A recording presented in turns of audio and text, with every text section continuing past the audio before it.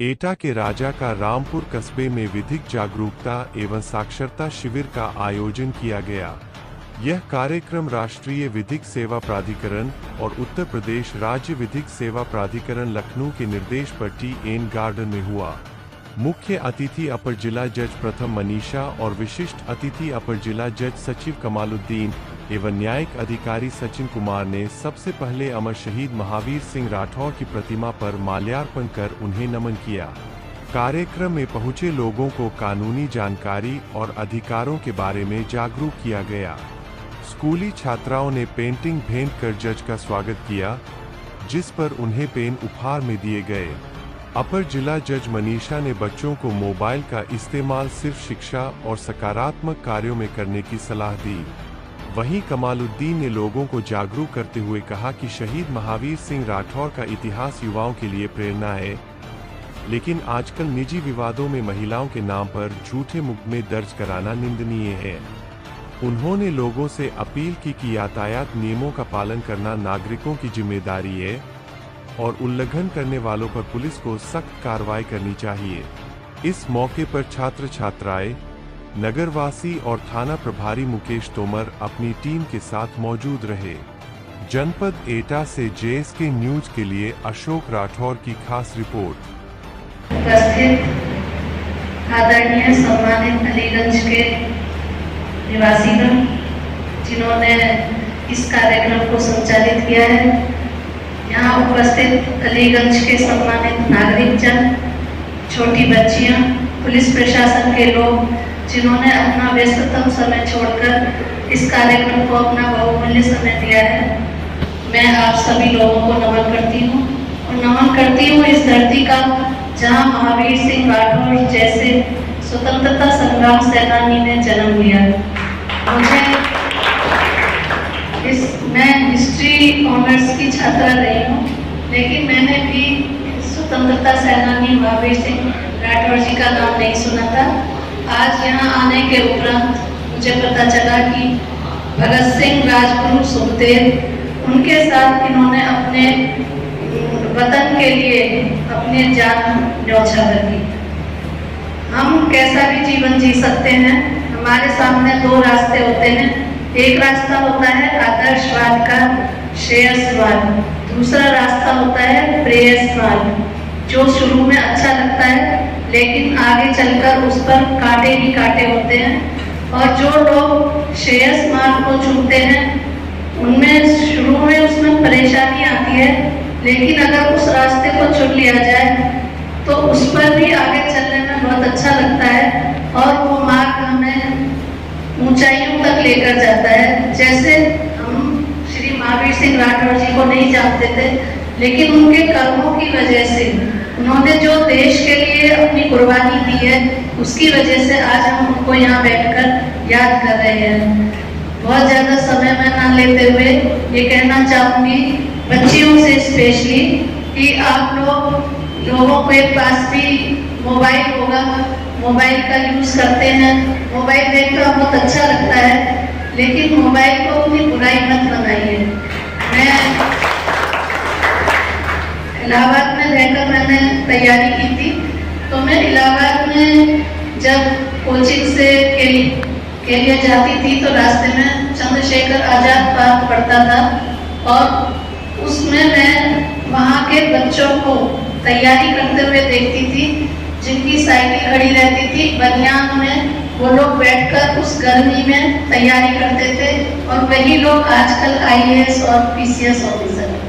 तो कभी भी हमें कुछ भी आसानी से घर में अगर हम चाहें कि हमें बहुत आराम की जिंदगी से हासिल हो जाएगा, तो वो नहीं होगा। मोबाइल हम लोगों को सबको बहुत अच्छा लगता है, लेकिन मोबाइल से हम अपनी पढ़ाई भी कर सकते हैं। उसके लिए हम मोबाइल का प्रयोग करें। उड़ीसा में IPS ऑफिसर हैं जो पोर्टर थे और उन्होंने मोबाइल से अपनी परीक्षा IPS की पास की और वो आज IPS ऑफिसर है।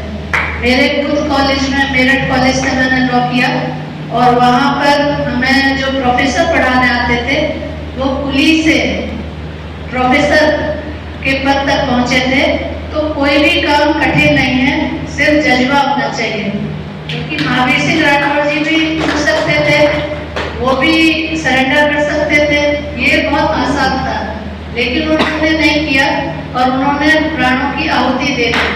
तो हम लोगों के लिए जरूरी है कि हम आगे की सोचें। आजकल मैं देखती हूँ बेटियां बेटे मोबाइल को लेकर अपना बहुत समय बेकार करते हैं, पढ़ाई पे उतना फोकस नहीं करते, तो वो किधर ले जाता है, बर्बादी की तरफ ले जाता है। अगर आप ऊपर बढ़ना चाहते हैं तो आपको भी अपने माता पिता के सपनों को पूरा करना होगा, तभी तो वो लोग आपको स्कूल भेजेंगे पढ़ने के लिए। और अगर आप गलत रास्ते पे चलेंगे तो उनका भी मन दुखता है इन सब चीज़ों से। तो मैं ये अपेक्षा करती हूँ कि बच्चियाँ जो हैं वो अवश्य ही अपना ध्यान पढ़ाई लिखाई पर लगा के और आगे अपने आप को उन्नति के पथ पर अग्रसर करेंगी। दूसरा मैं ये कहना चाहूँगी कि एटा से लेकर और यहाँ तक आने में रास्ते में मुझे जितने भी मोटरसाइकिल चलाने वाले लोग मिले, उनमें से किसी के पास भी हेलमेट नहीं था और सब बिना हेलमेट के चला रहे थे। बल्कि मैंने कहा भी मेरे साथ जो मेरा ऑर्डरली था कि क्या बात है एटा जनपद में लोग हेलमेट का प्रयोग नहीं करते। तो कानून जो बनता है वो हमारी भलाई के लिए है, इसलिए नहीं है कि हम उसे तोड़ें।